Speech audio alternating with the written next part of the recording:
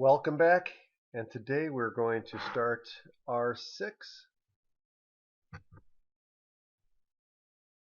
which is rational exponents. So we're going to talk all about exponents, different properties of exponents, and things that you're going to want to know and need to know for this class for the rest of the semester.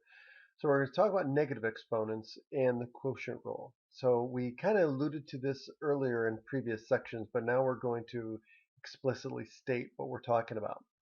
So when we look at negative exponents, we're going to use properties that we've already used. So it says suppose that n is a positive integer, and we wish to define a to the negative n to be consistent with the application of the product rule that we learned before.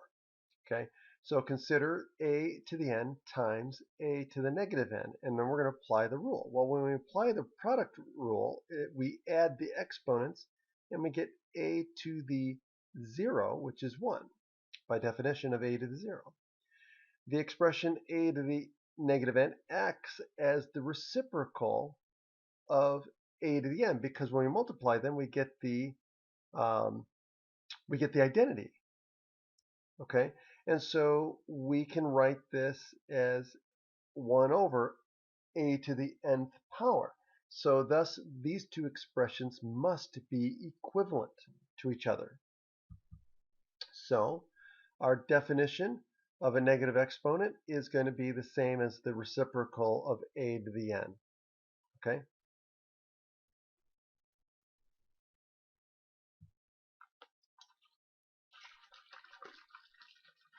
Okay, so now in this example here, we're going to write each expression without negative exponents, which is typically the way we want to write these expressions. We don't want negative exponents.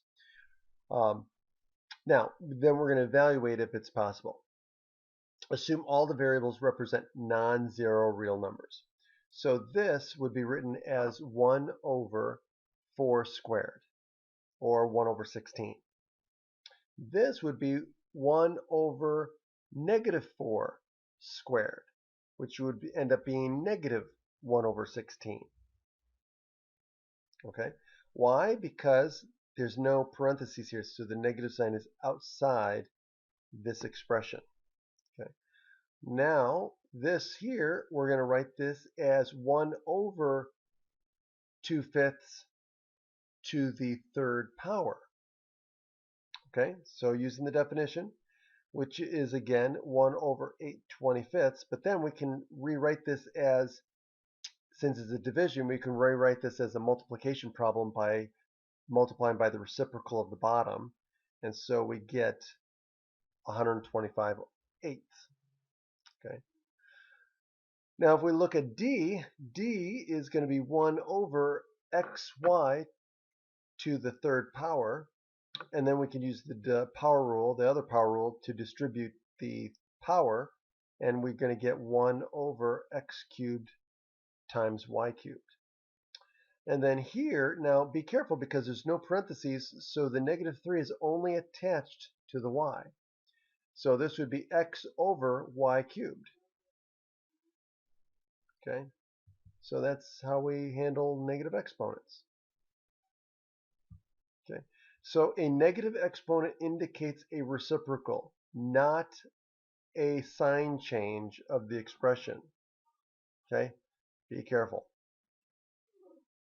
Okay, now in part C, we showed that this equaled 125/8, which is the same as 5/2 to the third power, which brings us to another interesting property, that if we have a fraction raised to a negative exponent and we want to change that to positive, we just flip the fraction. So ab to the negative n is equal to b over a to the nth power. And this is the quotient rule for exponents.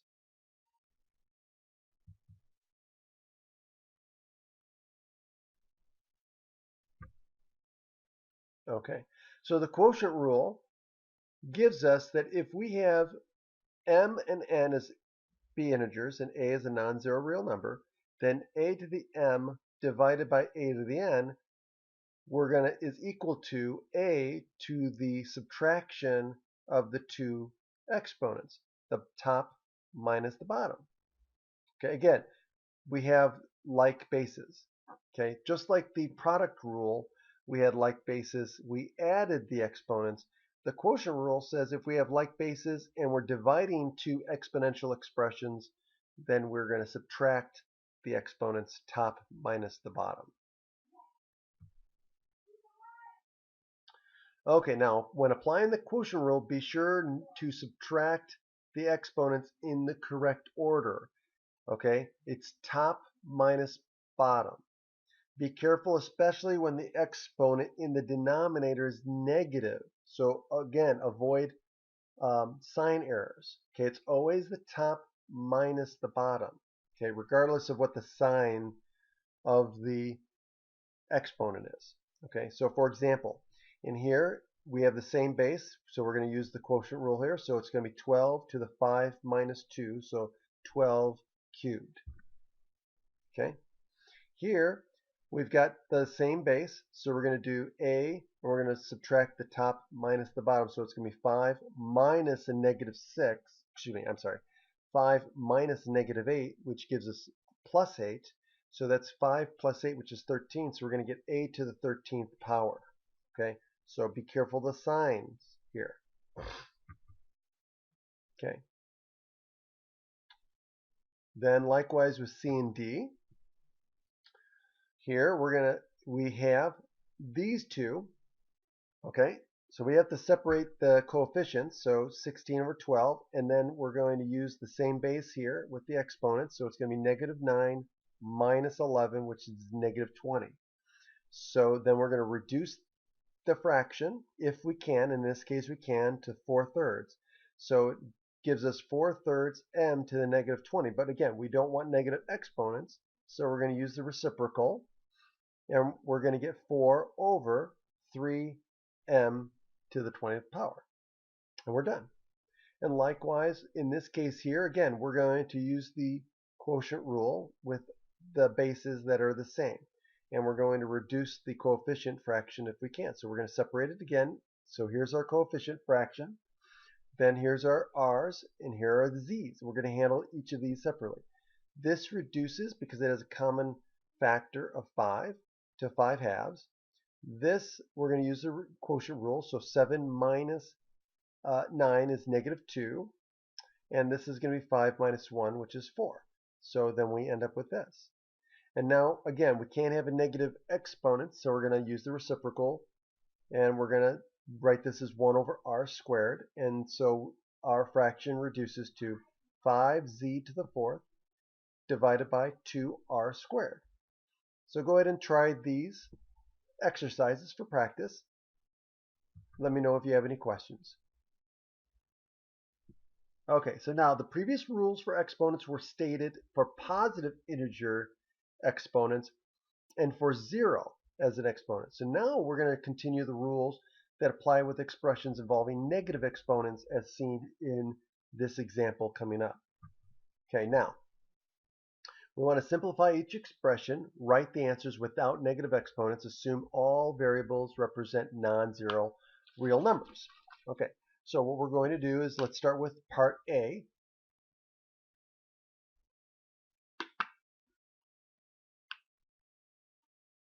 Okay, so now here's what we're going to do. We're going to distribute this exponent first. Okay, and we're going to get 4 to the negative 2 times x to the negative 10 because we're using the power rule that for distribution of powers. Okay, so we're going to multiply these. And so now we've got this expression here. So now at this point, what we're going to do is we're going to distribute the 3 and the x. So we're going to do 3 times 4 to the negative 2. And we're going to take x to the negative 2 times x to the negative 10. Now, since these have the same base, we can use the product rule and add the exponents, which gives us an x to the negative 10. So now we end up with this expression. And now, since these are negative, we want them to be positive, so we're going to put them in the denominator. And so we get 3 over 16 x to the 12th power, and we're done. And similarly, we're going to do the same thing for B and C. Now, for B, again, let's split this up into the different fractions. So we're going to have the constants together, the P's and the Q's together. Okay, so now this is going to reduce to 3/2. This is going to reduce to what? It's going to be 3 minus a negative 2, which is positive 2, so 3 plus 2, which is 5, so that's going to give us p to the 5. This is going to be negative 1 minus 1, which is going to give us a negative 2, so this is what we get now. And then now we're going to make this positive by putting in the denominator, so it's going to be 3p to the 5th divided by 2q to the squared. And we're done. Okay. And then finally, with C, we're going to do the same sort of thing, but this time it's a little bit more complicated, so we're going to distribute these exponents first. So we get 3 to the negative 1 times x to the negative 2, 3 to the negative 2, x to the negative 10. And then we're going to combine.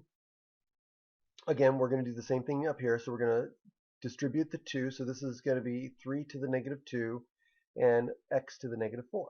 So we get this expression here. So then what we're going to do is we're going to use the commutative property for real numbers, and we're going to move things around. We're going to put the x's together and the constants together, and then use the product rule for exponents. Okay, so that's going to give us the following. Okay, so now we're going to use the product rule for the x's, which is going to give us negative 2 plus a negative 10. And this is going to give us a negative 1 plus a negative 2, which is going to give us 3 to the negative 3rd power and x to the negative 12th power. The denominator doesn't change. And so we end up with this. And so now we have all these negative exponents. So what we're going to do is we're going to have to flip. Okay, so we're going to use the reciprocal of the top and of the bottom, which means we're going to have to flip. Oh, hold on a second. No, we're going to use the quotient rule because we can split this up. We have the same basis here. We have the same basis. So we can use the quotient rule here, and we can simplify by taking the top minus the bottom, and the same thing here. And so we get negative 3 minus a negative 2, which is going to give us a negative 1, right? And this is going to be negative 12 minus a negative 4, which is going to give us a negative 8. Okay, because this is going to be negative 3 plus 2, and this is going to turn into negative 12 plus 4. And so we're going to end up with this. And so because they're both negative, we have to use the reciprocal and put them on the bottom, and we get 1 over 3x to the 8th power. And we're done. Okay, so go ahead and try these exercises for practice.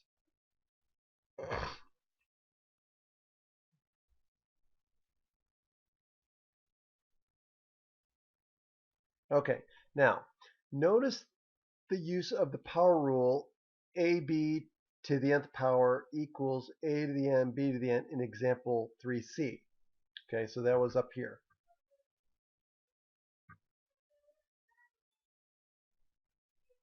Okay, right here.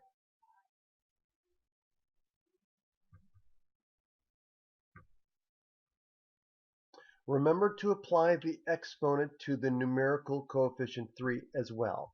So again, this negative 1 gets applied to the coefficient as well as x squared. Don't forget to do that. Now, rational exponents. Rational exponents are exponents that are fractions. Fractional exponents, in other words.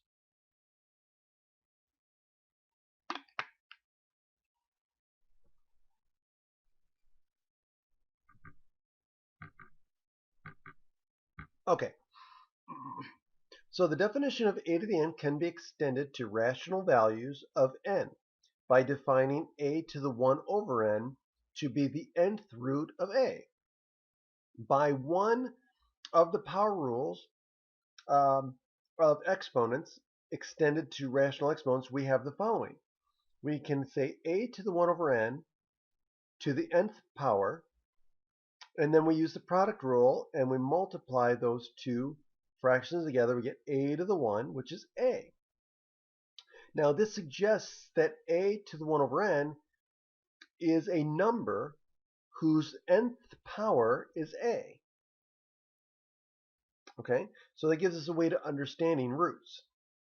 So the expression of 1 over n as an exponent, if n is even, we have an even root. Okay, so if n is even, positive integer, an even positive integer, and a is greater than 0, then a to the 1 over n is a positive real number whose nth power is a. That is, a to the 1 over n to the nth power equals a. And in this case, a to the 1 over n is called the nth root of a. Now, if n is odd, then if an odd positive integer and a is any non-zero real number, then a to the 1 over n is the positive or negative real number whose nth power is a. That is, a to the 1 over n to the nth power is equal to a. Okay? So these are two different. Now there's a different, we'll get to when we get to radicals, but there's a reason why we're going to split this up into even roots and odd roots. Now for all positive integers n, 0 to the 1 over n is 0. Okay? So the nth root of 0 is always 0. Okay, so here's an example. Let's do some of the examples here. So we want to evaluate each expression. So here is we have 36 to the 1/2 root. Okay, or not the 1/2 root, but the 1/2 power.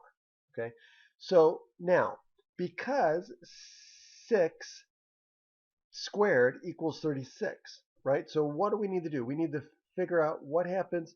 What do we have to raise to the second power, right? So to undo this, we have to figure out what this is, okay? So if we write this as 6 squared, then we're taking the power rule, okay?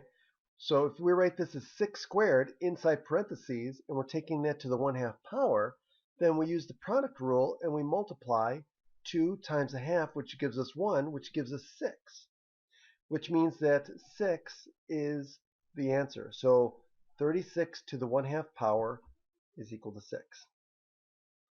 So let's do this one here. Okay, what to the second power will equal 225? Well, the answer is 15. So 15 squared to the 1/2 power, and use the product rule, we multiply those two and we get 1 and we get 15. But then we have the negative sign, so we get negative 15. Let's look at b over here. So what to the squared? So we got a half here, so we got to rewrite this as a square to undo, to basically negate or cancel the 1/2. So this would be 10 squared. So 10 squared to the 1/2 power equals 10, but again there's a negative sign, so it becomes negative 10. Now what about 625 to the 4th power? Well, again, we want to rewrite this as something to the 4th power, right? Because then 4 times the 4th will equal 1. That's what we want to do. We want to try to get 1. So we know that 5 to the 4th power, because 5 squared is 25, and 25 squared is 625. So that'll do it. So 5 to the 4th power equals 625, and so 5 to the 4th power cancels with the 1/4 power, and we get 5, so the answer is 5. So 625 to the 1/4 power is 5, or in other words, the 4th root of 625 is 5. Now in this case here, because this is an even root, this has to be a positive number. So this does not exist. It's not a real number. So there's no real answer to this one. Okay. F, what about this one? Now, since there's no parentheses around, this is outside.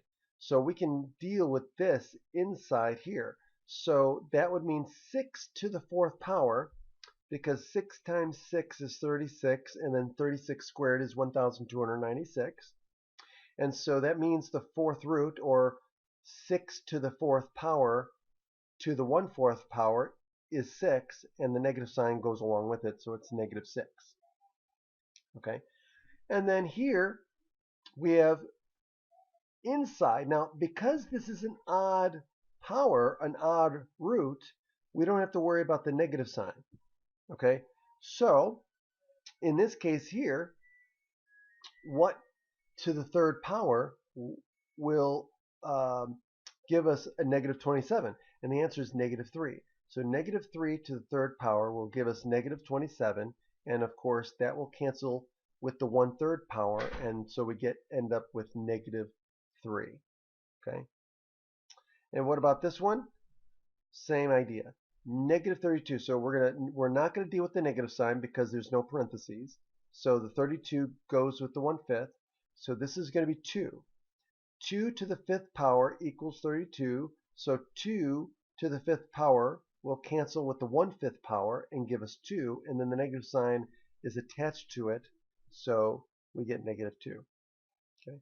So again, practice these. Make sure you know how to do these on your own. Go back and do these without looking at the solution. Make sure you're able to understand how to get these solutions.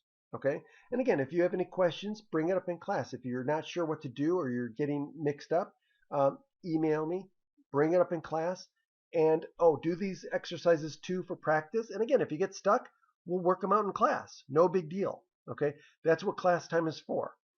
Homework and practice. Okay, so now the notation a to the m over n power must be defined in such a way that all of the previous rules for exponents still hold.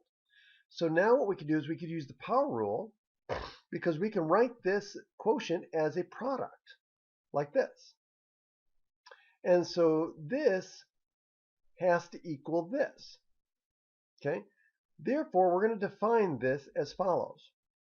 If we let m be an integer and n be any positive integer and a be a real number, for which a to the 1 over n is also a real number, then we can define a rational expression or rational exponent in this form in the terms of the power rule. A to the 1 over n to the mth power, which is just basically an extension of what we've already talked about. Okay, now let's use this to solve these. Okay, evaluate the following expression.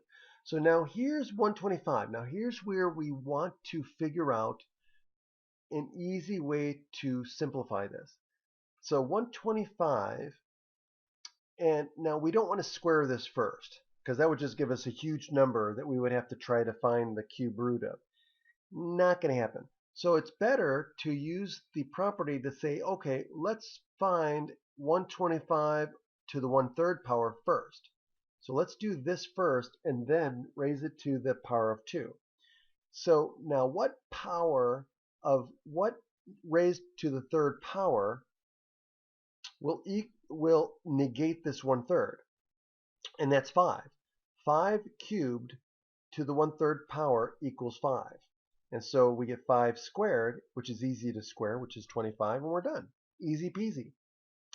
Now we're going to go with this one. Now here, again, 32 to the 7th power we don't want to deal with.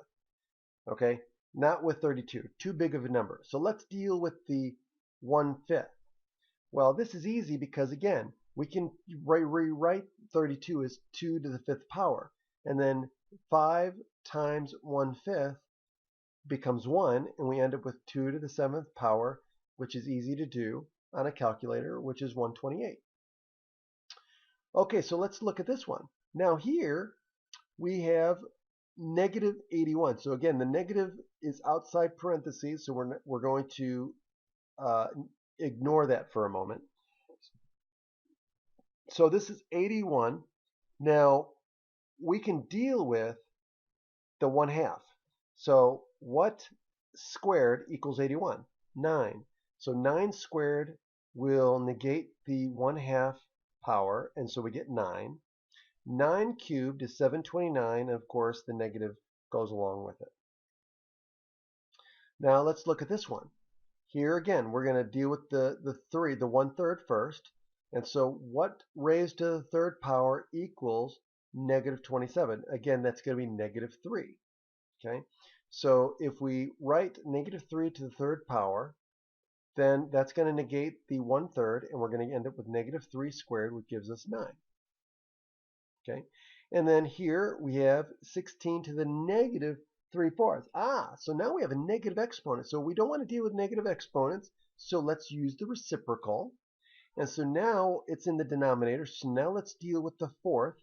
So what to the fourth power equals 16, and that's going to be 2. So the 2 to the fourth is going to negate the 1/4 power, so it is going to give us 2 to the third, which is going to be 8, so we get 1/8. And then finally, negative 4 to the 5/2 power is not a real number because we're dealing with an odd root, or excuse me, an even root. And so we can't have negative numbers for the base if we have an even root. So there is no real solution to this one, so we can't evaluate it. Okay, so now note. For all real numbers a, integers m, and positive integers n, for which a to the 1 over n is a real number, a to the m over n power can be interpreted as follows. Either this way or this way. It doesn't matter. Okay, so we can evaluate it either way. Obviously, we're going to get the same answer regardless of which way we do it. But again, there's an easy way to do it and a hard way to do it. Now, in a calculator, it doesn't matter. But if you're looking at it algebraically, this is going to be a lot easier to deal with than doing this way, because trying to find the cube root of 531,441 is not as easy to do than to do it this way. Okay. So again, if you're using a calculator, that's fine. But be aware, okay, you may not always have a calculator to use, okay, on an exam or a quiz. Okay, so again, don't use the calculator as a crutch. Make sure you know these properties. Okay, so here are the definition and rules of exponents again. So make sure you know these. Memorize them. Okay, these are going to come up over and over and over again throughout the semester, and I'm not going to go over these properties every single time. I'm going to assume that you guys are going to know these properties. And again, you can make easy mistakes if you don't memorize them. So make sure you know these. Okay? That's the only time I'm going to say it. Okay, so here, we're going to use the rules of exponents to simplify each of these expressions. We're going to assume all of the variables represent positive real numbers. So just be aware of that, okay?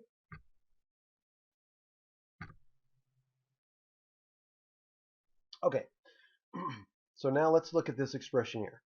So notice that we've got the same base here. So we can use the product rule and add the exponents. So we can add 1/3 and 5/3, which gives us 6/3, which gives us 2. So this reduces the 2. Okay, so now it's going to be easier to deal with this now. So now we can use the quotient rule to simplify this by subtracting the exponents. So we get 2 minus 3, which gives us 27 to the negative 1, which gives us 1 over 27, and we're done. Likewise, if we look at this one here, we want to look for ways to simplify this to get same bases. Okay, if possible. May not always be possible. So in this case here, we've got 81 to the 5/4, and then we've got a negative exponent.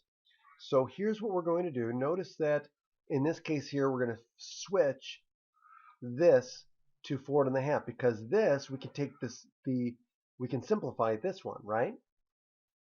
So this becomes 4. So what's squared? Can we write this as a square of a number? Yes, it's going to be 2 squared. And the square is going to cancel with the 1/2, which gives us 2. So now we get 2 to the negative 3rd. Okay, now we're not done yet. We still have to make this a positive. So now the 2 is going to go in the bottom.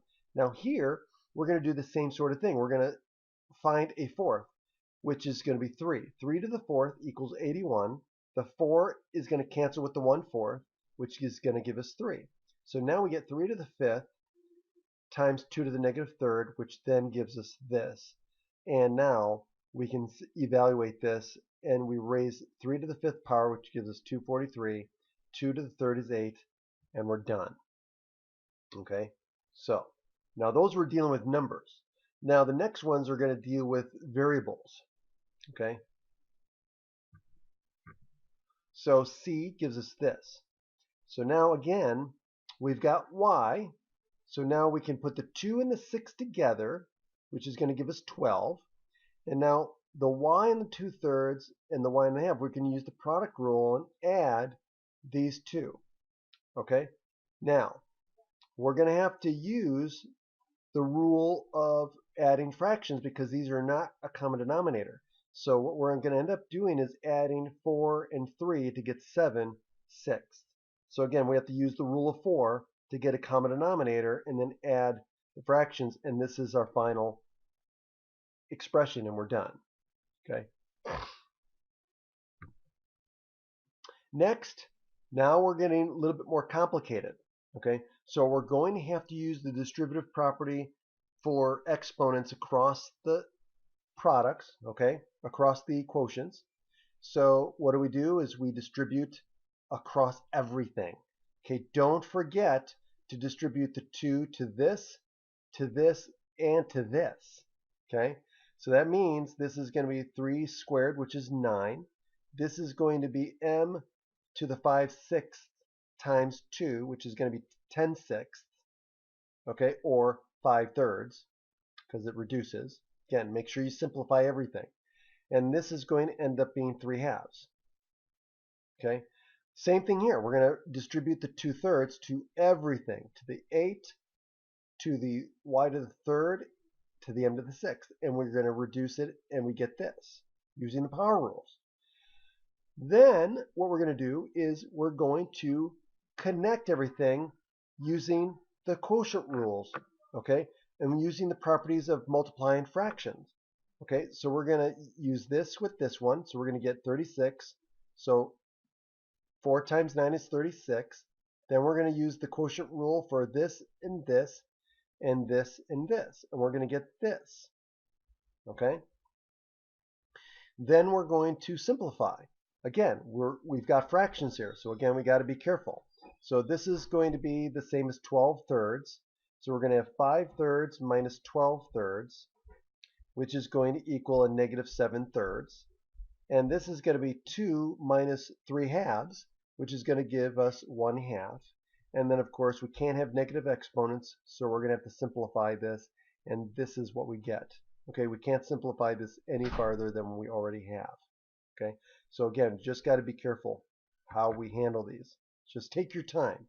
Okay, you got to take your time with these. So now here's the last one. So now we're going to distribute this across the addition using the distributive property.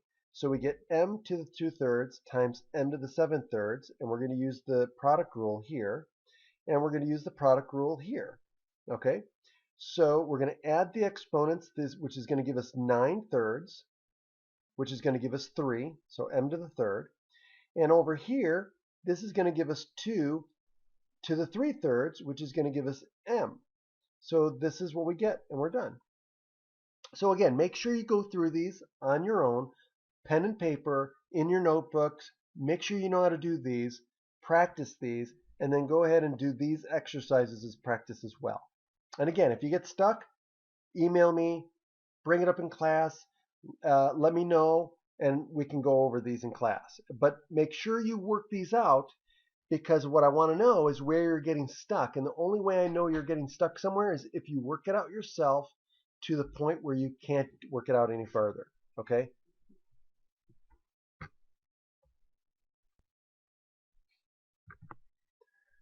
Okay, so here's example 7. Okay, it says factor out the least power of the variable or variable expression, assume all variables represent positive real numbers again.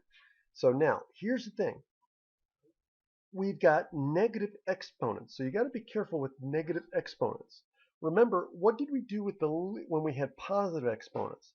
We wanted to factor out the least power, right? So when you're dealing with negative exponents, remember, when you're dealing with negative numbers, the bigger the negative number is, the smaller it is, right? So negative 3 is less than negative 2, right? So the least power in this case is going to be this one, not this one. So we're going to want to factor out x to the negative third power, okay? So what happens when we factor out x to the negative third? What happens?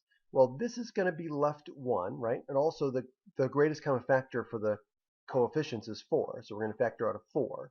But here's the thing. What's left behind?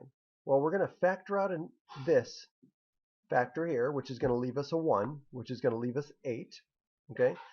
Now, how do we see this here? So we're going to factor, what happens if we factor out a negative, x to the negative third here?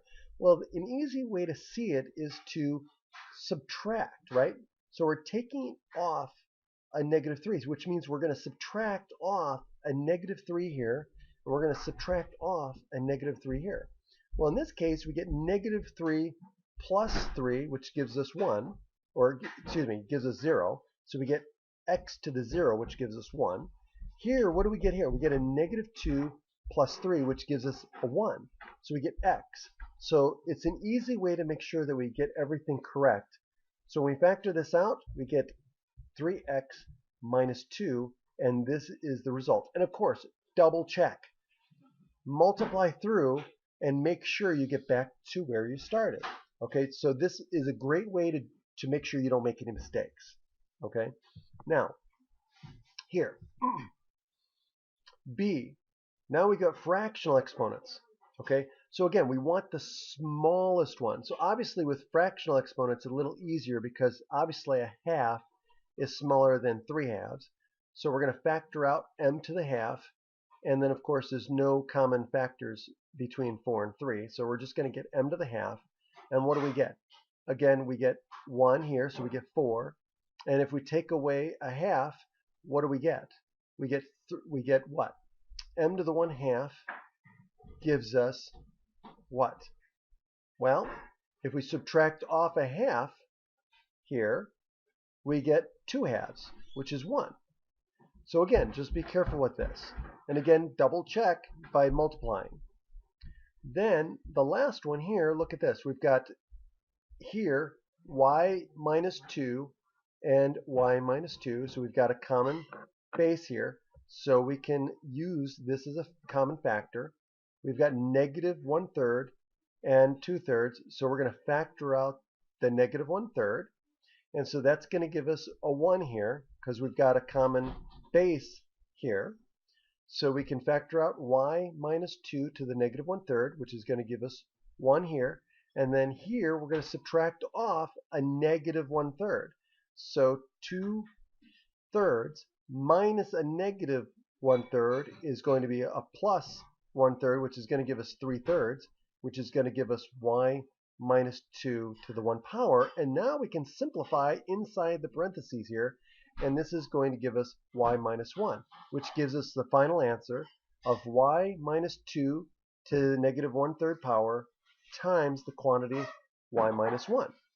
And that's the final answer. Okay, now in this case here, for this example, we're not interested in positive exponents because for the sake of the example. But typically we want to have positive exponents. But again, just make sure you read the directions carefully.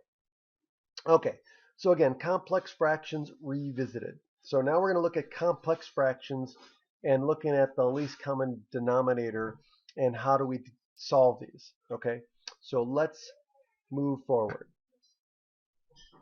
Okay, so now, example 8. So let's look at this complex fraction here. So now we've got x plus y raised to the negative 1 power, and then we've got these. So what we're going to do first is write this as a complex fraction, right? So we're going to use the reciprocal and rewrite this so that all the exponents are positive. So now we're right back to something that we can easily solve. So all we're going to do, and again, remember the two methods. There's two different ways of doing it. So in this case here, we're going to get a common denominator here. And so in this case here, we get a common denominator of xy, and we get the result of the denominator is going to be this. And so then what we're going to do is we're going to multiply by the reciprocal of the bottom, and now we get this. Now, the interesting thing here is nothing cancels. Okay, so be careful. Don't automatically see this and think that you're going to be able to cancel. Okay, in this case here, you don't. Okay, now what we're going to do is we're going to multiply across, and we get the following answer, and we're done. Okay, so we get xy divided by the quantity x plus y squared. Now, remember, if r is not equal to 1, then this is not the same as this. Remember, do not distribute the r across addition. It does not work that way. And also, that means this is not the same as this. So be careful. Do not make that mistake. It's a common mistake that students make. Okay? And that is the end of this section. So again, make sure you practice with the exercises given. Make sure you do the examples on your own to see if you get the correct answer. And if you have any questions or if you get stuck, show me your work. Or make sure you tell me where you're getting stuck and we can work it through in class, because you're probably not the only one that's getting stuck. So again, we can go over these in class. Until then, have a great day.